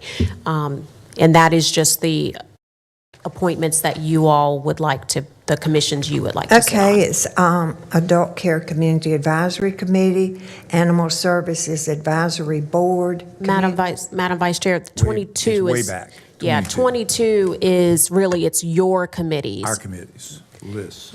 Our list. Oh, I don't have that. I think it was, It's attached to the agenda item. I'm happy to read them if you would like, but that these, would be but these good, are the but- ones that you all want to serve on. Okay, go Okay, ahead. and No so I problem. have for 2025 committee appointment summary, for the Commission on Ending Homelessness, Commissioner Woodbury, Downtown Winston-Salem Partnership Board of Directors, Commissioner Woodbury, Forsyth County Agricultural Advisory Board, Commissioner Linville, the Audit Committee, Commissioners Wizenhunt, Martin, and Linville, the Forsyth County Continuity of State Court Operations Committee, Wizenhunt, McDaniel, Wilson, the Health and Human Services Board, Commissioner Wizenhunt, the Home and Community Care Block Grant Advisory Council, Commissioner Woodbury, Juvenile Crime Prevention Council, Commissioner McDaniel, Tourism Development Authority, Commissioner Wizenhunt, High Point MPO, Commissioner Bessie, Callidium Board of Directors, Chairman Martin, Local Emergency Planning Committee, Vice Chair Wizenhunt, Library Board, Commissioner Wilson, Multi-County Water Conservation and Infrastructure District, Commissioner Linville, NACO Voting Delegate, Commissioner Wizenhunt, Alternate Delegate, Commissioner McDaniel, NCACC Voting Delegate, Commissioner Wizenhunt, Voting Delegate for NCACC, Commissioner McDaniel, Part Board of Trustees, Commissioner Bessie, Partners Behavioral Health Board of Directors, Commissioner Wilson, Piedmont Triad Regional Council, Chairman Martin, Piedmont Triad Regional Development Corporation, Chairman Martin, Piedmont Triad Regional Workforce Development Board, Commissioner Woodbury, Smith Reynolds Airport Board, Commissioner McDaniel, Whitaker Park Development Authority, Chairman Martin, Winston-Salem Forsyth County Transportation Advisory Committee, Commissioner Bessie, and the Workforce Development Job Training Consortium did not have anyone. aren't you the transportation person? Read that again. On the The last one? Yeah. The last one was the Workforce Development Job Training Consortium Okay, that's the one with nobody. with no one. Okay, I got it. My listing wasn't good. All right, do we have everybody understands their own things that they have asked for to do, so we're in good shape. So do we have a motion to adopt those? Yeah. Can- Yes. Commissioner McDaniel, I'm happy to second that. Any discussion? All in favor, please raise your hand. All right. Motion carries unanimously. Okay, now we're going back to agenda item number 38, or forward to 38. It's a resolution extending the year 2025 tax listing period. This extends the listing period for a period of 17 days to end on February 17th, 2025. Move to approve. Motion approved by Commissioner Linville, second by Commissioner Bessie. Any discussion? All in favor, please raise your hand. Motion carries unanimously. Agenda items 39 through 41 are our reports. 39 is the October 2024 Human Resources Report, 40 is the October Contribution-Based Benefit Cap Report, and 41 is the American Rescue Plan Act Revenue Loss Allocation Report. And there were some minor updates just to make sure we fully captured revenue loss. Move to approve. Motion approved by Commissioner Linville, Second. second by Commissioner McDaniel. Any discussion about accepting reports? All in favor, please raise your hand. Motion carries unanimously. Agenda item 42 was a resolution authorizing execution of an agreement with Addiction Recovery Care Association, Inc. for plumbing repairs at 5755 Chatelain Drive. This utilizes state ARPA funds and would reimburse plumbing repair expenses in an amount not to exceed $400,132. Move approval. Motion approved by Vice Chair Wizenhut. Happy to second that. Any discussion? All in favor, please raise your hand. Motion carries unanimously. Agenda item number 43 is a resolution authorizing execution of an amendment to the audit contract with Cherry Beckert LLP to complete the annual independent audit for Forsyth County for fiscal year 24, and an amendment to the fiscal year 25 budget ordinance to transfer $13,500 from contingency for an amendment to the Cherry Beckert audit contract. Move to approve. Motion approved by Commissioner Linville. I'll be glad to second that. Any discussion? In fact, this was just following through on the the amounts, the number of funds they had to audit, and that was in the original contract, so it required just to add that amount. All in favor, please raise your hand. Motion carries unanimously. And I do have one added item that we had to walk in today, so apologies. This is to ensure that we are able to hopefully fully capture our state ARPA funds. So I'm going to ask Denise Price to come and brief resolution authorizing execution of an agreement with Daymark Recovery Services for behavioral health urgent care operations at 650 North Highland Avenue. And all of you should have a copy of that in front of you. Yes, so this is probably familiar with you that the BHUC is, or the Behavioral Health Urgent Care is at 650 North Highland Avenue. That's a 24/7 operation that is historically funded with behavioral health maintenance of effort funds. So we did have some additional funding left from our $12.5 million that the state gave us as a result of construction being delayed and not needing all the operational expenditures that had, funds that had been set aside for the facility-based crisis center. So we did go to the state and ask, could we use these funds to support the behavioral health urgent care for a period of 1.5 years, and that would be from July the 1st of 2025 through December 31st of 2026. Currently, their operational costs are reimbursed through maintenance of effort. They did verbally agree to that. We are waiting for the written notification of that. Well, they agreed in an email. We're waiting for the contract amendment. And also, we are waiting for approval that we can proceed with reimbursing them with a non-competitive procurement method. And our state attorney that also is the Director of Contracts and Grants Management with DMH, has been feverishly trying to get that approval before I stood here today. And I've been checking emails, and he doesn't have it yet, but he is working toward it. So to that end, there is a note in this resolution that if we do not receive that, that the authorization will be voided. I'd be happy to answer any questions. Any questions for Denise? All righty. All in favor? Do we have a motion? Move to approve. Motion approved by Commissioner McDaniel. Is there a second? Second. Second by Vice Chair Wisenhunt and Commissioner Bessie. Any discussion? I just hope we can get an answer to that, because it will revert about $1 million from state ARPA funds, and it's just a matter of them getting back to us, but right here at the holidays. So anyway, all in favor, please raise your hand. Motion carries unanimously. And our last item, Chairman Martin? Is we agreed to have a discussion about whether we wanted to either utilize, experiment, or explore further digital voting. And we had some comments at our briefing session. I have a motion. Go right ahead, Commissioner. I move that the chairman call for voice vote on motions. And if that is not clear, the chairman can ask for a show of hands. And any time that the chairman sees a need to ask for a show of hands. All right. Do we have a second? I will second. I'll second. Got a second by Commissioner Bessie and a second by Commissioner McDaniel. All right. Is there any discussion about that?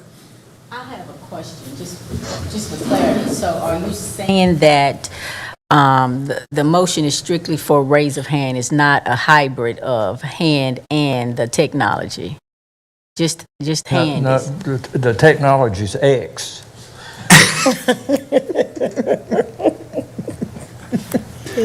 Well, and if I Is that understood. clear? Yeah. I mean, Very you want me Crystal to say clear. the motion again?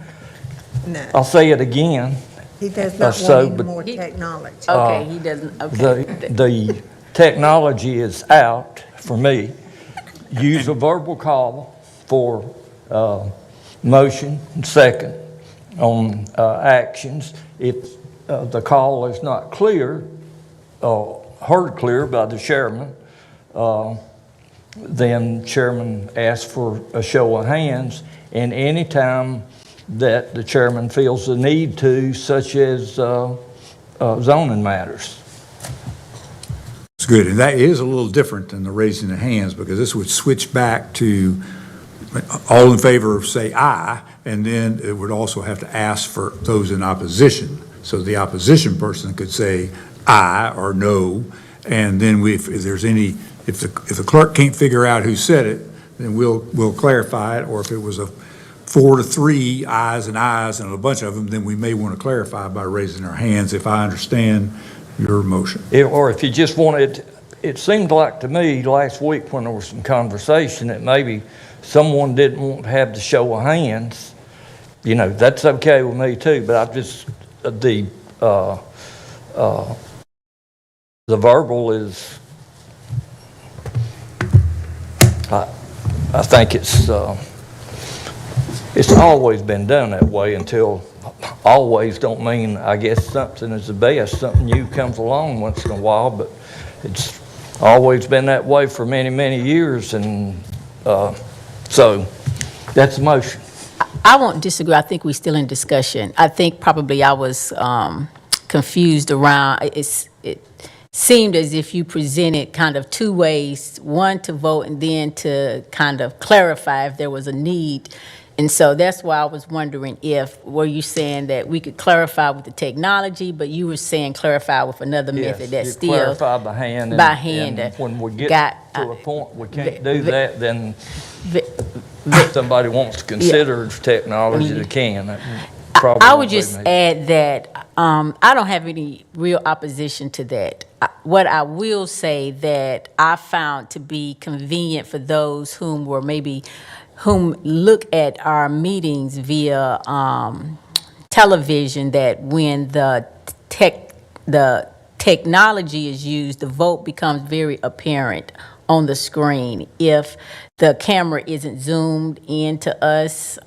So it's very clear on screen with that technology when I have watched meetings via online. So I do think that is something to consider, and I think that even though we are making a decision to move forward with the verbal and raising of our hands, I think that, the technology is here, obviously, and if we ever decided to want to use it, I would not be opposed to it, but I'm fine really either way. Well, I would just for observation, I will say again, some of you may have not been here at the time. The reason that we had time changes on the meetings is because there was some conversation that some of the meetings were too long.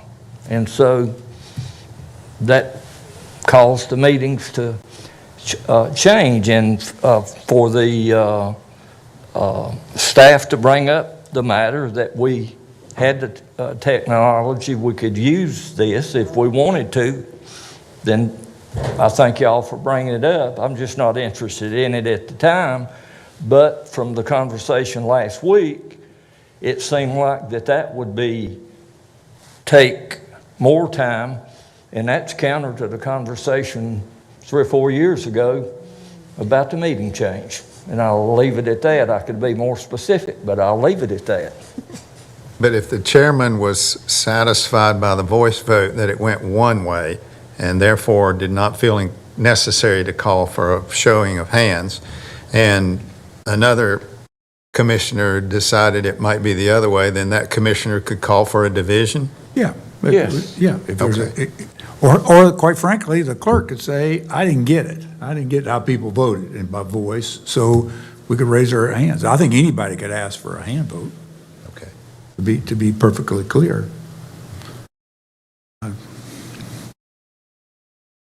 So I think I'm pretty even where we lay, although I was interested in the technology because we have it and we've paid for it. It was important, again, for some of the comments that Commissioner Woodbury has made. Nevertheless, the hand raising was becoming a bit annoying, but since we have found a healthy balance for us all, I think I'm settled on the motion that Commissioner Linville has made. So, thank you. All righty. All in favor, please raise your hand to Commissioner Linville's motion. Motion carries unanimously. Raising your hand. I should have said, but we hadn't switched yet. We hadn't switched yet. Now we switched. Now we'll go to all in favor, please say aye. Well, you can do it on the adjournment. We don't mean vote. We're just adjourned. We're done. No reason to vote on that. Mayor